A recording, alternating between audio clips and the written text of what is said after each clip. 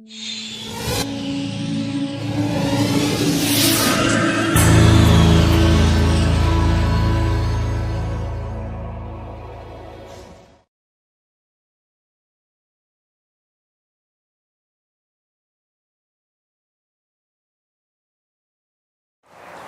daño cerebral traumático y el accidente cerebrovascular son dos de las causas más importantes de discapacidad en el mundo. La incidencia de ambos padecimientos ha crecido notoriamente en el mundo y se estima que estos pacientes en su mayoría quedan con discapacidades permanentes. Muchas de las personas con daño cerebral sufren una constante lucha con sus secuelas. Estas abarcan desde dificultades motoras, alteraciones cognitivas y dificultades emocionales como la ansiedad y la depresión. Todo esto interfiere de manera significativa en su vida diaria. Se estima que los costos económicos de atención médica, rehabilitación y pérdida de productividad son muy elevados, por lo que significa una carga importante para la familia y para la sociedad. Por lo tanto, es evidente la necesidad de elaboración de estrategias de rehabilitación eficaces. Les presento a Jorge. Él tiene 67 años y hace 5 meses tuvo un accidente cerebrovascular. A consecuencia de esto, tiene dificultades para mover la mitad izquierda de su cuerpo. En estos momentos está haciendo rehabilitación y por suerte está mejorando mucho. Puede caminar con un bastón y ha recuperado un poco la funcionalidad de su mano. Pero ¿qué pasa? Se siente deprimido, él es jubilado y tiene un negocio familiar, tiene un restaurante donde trabaja con la mujer y con sus hijos. Pero desde que tuvo este problema no pudo volver a ayudarlos, a la familia, en la cocina, que es una de las actividades que más satisfacción le da en su vida. La función del kinesiólogo es rehabilitar a un paciente. Esto significa trabajar en conjunto con él para que pueda volver a su vida normal y pueda volver a hacer todas esas actividades que hacía antes de enfermarse. El objetivo final siempre es el mismo, es darle la mejor calidad de vida posible al paciente y lograr que él sea independiente. Desgraciadamente, algunos pacientes a causa de sus padecimientos pierden la capacidad de realizar las actividades de la vida diaria, es decir, cuidar a sí mismos, hacer las tareas del hogar, comunicarse con los demás y desplazarse. Pero no hay que olvidarse que también pierden la capacidad de realizar su trabajo y actividades recreativas. Estas cosas también forman parte de las actividades de la vida diaria de una persona. Muchas veces también se deprimen y esto dificulta mucho la rehabilitación. Es importante escuchar al paciente, saber qué lo frustra y saber qué cosas le gustaría hacer para sentirse mejor.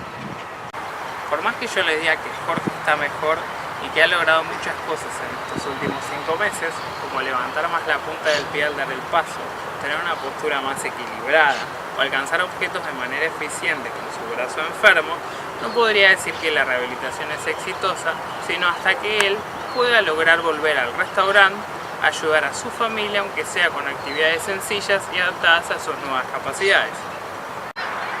El problema de la rehabilitación de las actividades de la vida diaria es que los kinesiólogos ven a los pacientes en consultorios, gimnasios, que nada tienen que ver con el ambiente real donde el paciente realiza sus actividades a diario. Si los kinesiólogos no pueden ajustarse a las distintas realidades de cada uno de sus pacientes, ¿por qué no crear una realidad adaptada a cada uno de ellos? Hoy en día esto es posible. Gracias a la realidad virtual podemos sumergir al paciente en un mundo alternativo, permitiéndole interactuar con el entorno y tomar decisiones en tiempo real. Solo necesitamos unas gafas de realidad virtual, una computadora con la aplicación correspondiente y un mando control que variará de acuerdo a las necesidades del usuario. Para enriquecer mucho más la experiencia podemos utilizar interfaces hápticas. Las interfaces hápticas permiten al usuario tocar, sentir y manipular los objetos simulados en entornos virtuales y sistemas teleoperados. Hay 3 grandes grupos de interfaces hápticas. Las interfaces que proporcionan retroalimentación de fuerza, que aportan datos relacionados con la dureza, el peso e inercia del objeto virtual. las interfaces que proporcionan una retroalimentación táctil que nos permiten adquirir datos como la geometría del objeto, su rugosidad, su temperatura y por último las interfaces que proporcionan retroalimentación propioceptiva que le brindan información acerca de la posición del cuerpo o de su postura. La mayoría de estos dispositivos son brazos robóticos, guantes o dispositivos de escritorio con un terminal, que puede ser un puntero o un lápiz. En esta foto observamos un dispositivo áptico el cual se le ha retirado el terminal y se lo ha reemplazado por un objeto creado en impresora 3D para simular que se corta carne, se sirve una bebida o se abre una cerradura con una llave y en este caso el paciente estaría actuando con un objeto real pero en una realidad virtual.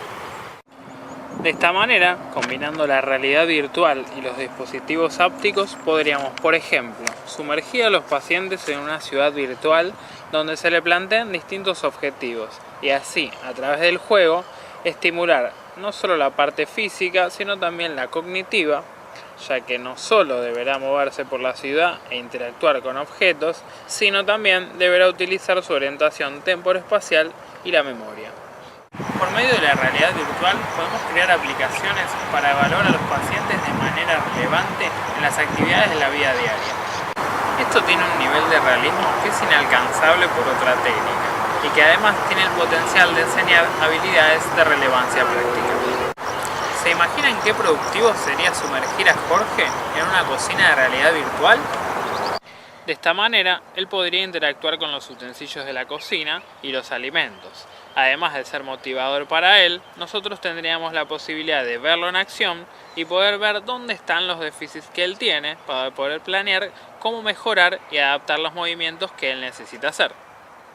Hay grupos de investigadores que han hecho trabajos científicos para evaluar la efectividad de la rehabilitación de las actividades de la vida diaria con realidad virtual en comparación con técnicas tradicionales. Si bien estos estudios no arrojan resultados concluyentes, sí demuestran que pueden obtenerse muchos beneficios con su uso. Personalmente, creo que este tipo de rehabilitación no debe reemplazar a la rehabilitación tradicional, pero sí debe complementarla, ya que tiene muchas cosas a su favor. La realidad virtual ofrece el potencial para desarrollar un ambiente de entrenamiento y pruebas de rendimiento. El control completo sobre el contenido es posible y los datos del rendimiento pueden almacenarse en una base de datos que nos permitan hacer un seguimiento de los avances del paciente.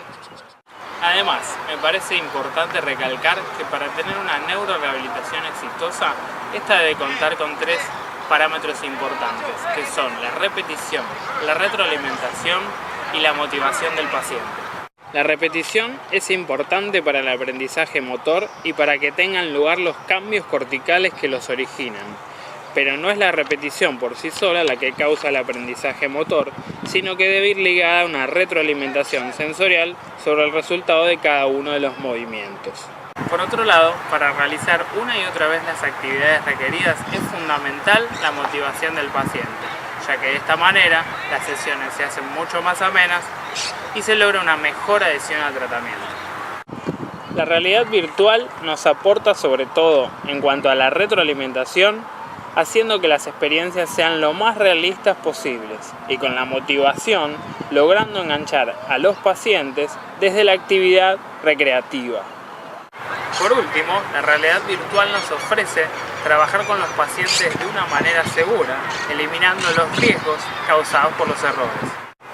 Como todo avance tecnológico, el uso de la realidad virtual en rehabilitación necesita un tiempo para ser difundida, desarrollada y adaptada para este uso específico. Sin embargo, es muy interesante saber que existe y que probablemente en unos años esto sea tendencia. Como todo profesional de la salud, debemos perfeccionarnos todo el tiempo y adquirir nuevas herramientas para darle la mejor calidad de vida posible a nuestros pacientes. Y si la realidad virtual es una de ellas, que bienvenida sea.